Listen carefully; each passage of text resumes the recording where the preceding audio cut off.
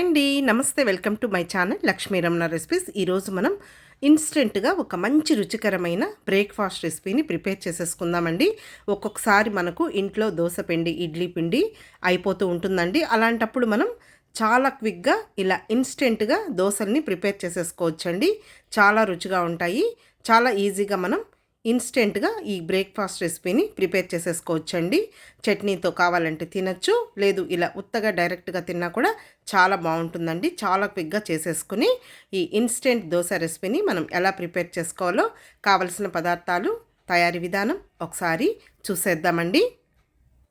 ముందుగా పిండిని కలుపుకోవడానికి ఒక మిక్సింగ్ బౌల్ తీసేసుకొని ఒక మీడియం సైజ్ కప్పు శనగపిండి తీసేసుకోవాలి. అలాగే 2 మీడియం సైజులో ఉన్న ఉల్లిపాయని చిన్న చిన్న ముక్కలుగా కట్ చేసి వేసేసుకొని, అలాగే ఒక 3 టేబుల్ స్పూన్ల క్యాప్సికమ్ ముక్కలను కూడా వేసేసుకోవాలండి. క్యాప్సికమ్ ముక్కల్ని కొద్దిగా చిన్నగా కట్ చేసి వేసేసుకోవాలి. అలాగే ఒక మీడియం సైజ్ టమాటోను కూడా చిన్న చిన్న ముక్కలుగా కట్ చేసి వేసేసుకొని, ఒక 4 పచ్చిమిరపకాయలను కూడా చిన్న ముక్కలుగా కట్ చేసి ఇందులో వేసేసుకోవాలి. అలాగే కొద్దిగా కరివేపాకును కూడా సన్నగా చాప్ చేసి వేసేసుకొని, కొద్దిగా కొత్తిమీరను కూడా సన్నగా చాప్ చేసి వేసుకున్న తర్వాత ఇందులో ఒక 1/2 టీ స్పూన్ జీలకర్ర, అలాగే ఒక 1/2 టీ స్పూన్ పసుపు పొడి, 1/2 టీ స్పూన్ కారం పొడి, ఒక 1/2 టీ స్పూన్ ధనియాల పొడి కూడా వేసేసుకొని, ఇప్పుడు ఇందులో రుచికి సరిపడా సాల్ట్ కూడా వేసేసుకొని, ఇప్పుడు ఇదంతా కూడా ఒకసారి గరిటెతో ఇలా అంతా కూడా కలిపేసేసుకోవాలి. మరి ఉల్లిపాయ ముక్కలు, క్యాప్సికమ్ ముక్కలు కొంచెం పెద్ద ముక్కలుగా కట్ చేయకూడదండి, చిన్న ముక్కలుగా కట్ చేసి వేసేసుకోవాలి. ఇప్పుడు ఇందులో నీళ్లు వేసేసుకోవాలండి. సరిపడా నీళ్లు వేసేసుకోవాలి. నీళ్లు అన్నీ ఒకేసారి వేసేసుకోకుండా కొద్ది కొద్దిగా వేసుకుంటూ చూడండి గరిటెతో ఇలా కలిపేసేసుకోవాలి. మనం దోశ పిండిని ఎలా కలుపుకుంటామో అలా కలిపేసేసుకోవాలి. ఒకేసారి నీళ్లు ఎక్కువగా వేసామంటే పిండి జారుగా అయిపోయిందనుకోండి, మనకు దోశలు అనేది పెనానికి అంటుకుంటాయి. చూడండి, పిండి అనేది ఈ కన్సిస్టెన్సీలో ఉండాలి.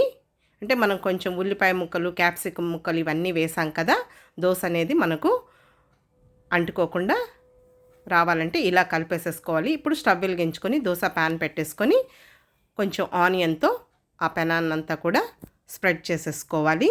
ఇప్పుడు ఒక 2 గరిటెలు పిండి తీసేసుకొని చూడండి ఈ విధంగా వేసేసుకొని, మరీ పలుచుగా కాకుండా అలాగని మందంగా కాకుండా ఈ విధంగా దోశని వేసేసుకోవాలి. ఇప్పుడు కొద్దిగా నూనెని వేసేసుకోవాలండి. కావాలంటే మీరు బటర్తో కానీ నెయ్యితో కూడా ఈ దోశని కాల్చేసేసుకోవచ్చు.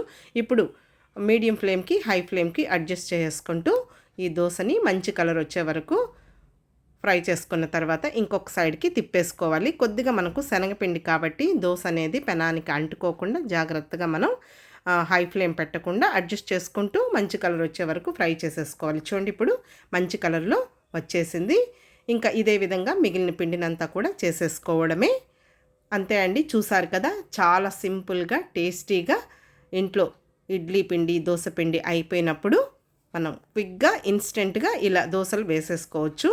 మనకి ఇష్టమైన చట్నీతో తినచ్చండి, లేదు మనం ఇందులో వెజిటబుల్స్ వేసాం కాబట్టి డైరెక్ట్గా కూడా తినేయచ్చు. కాబట్టి చూసారు కదా అండి, చాలా సింపుల్గా టేస్టీగా ఇన్స్టెంట్గా నేను దోశల్ని ఎలా ప్రిపేర్ చేశానో మీరు కూడా ఒకసారి తప్పకుండా ఈ విధంగా దోశలు వేసేసుకోండి. మార్నింగ్ బ్రేక్ఫాస్ట్ కానీ, నైట్ డిన్నర్కి కానీ, ఈవినింగ్ స్నాక్గా కూడా చేసేసుకోవచ్చు. కాబట్టి తప్పకుండా ట్రై చేసి మళ్ళీ ఎలా వచ్చిందో కామెంట్ చేయండి. ఓకే అండి, ఈ వీడియో మీకు నచ్చితే లైక్ చేయండి, షేర్ చేయండి. కొత్తగా చూస్తున్న వారు మన ఛానల్ని తప్పకుండా సబ్స్క్రైబ్ చేసుకోండి. ఇంకొక మంచి వీడియోతో మళ్ళీ కలుద్దాం. నమస్తే అండి.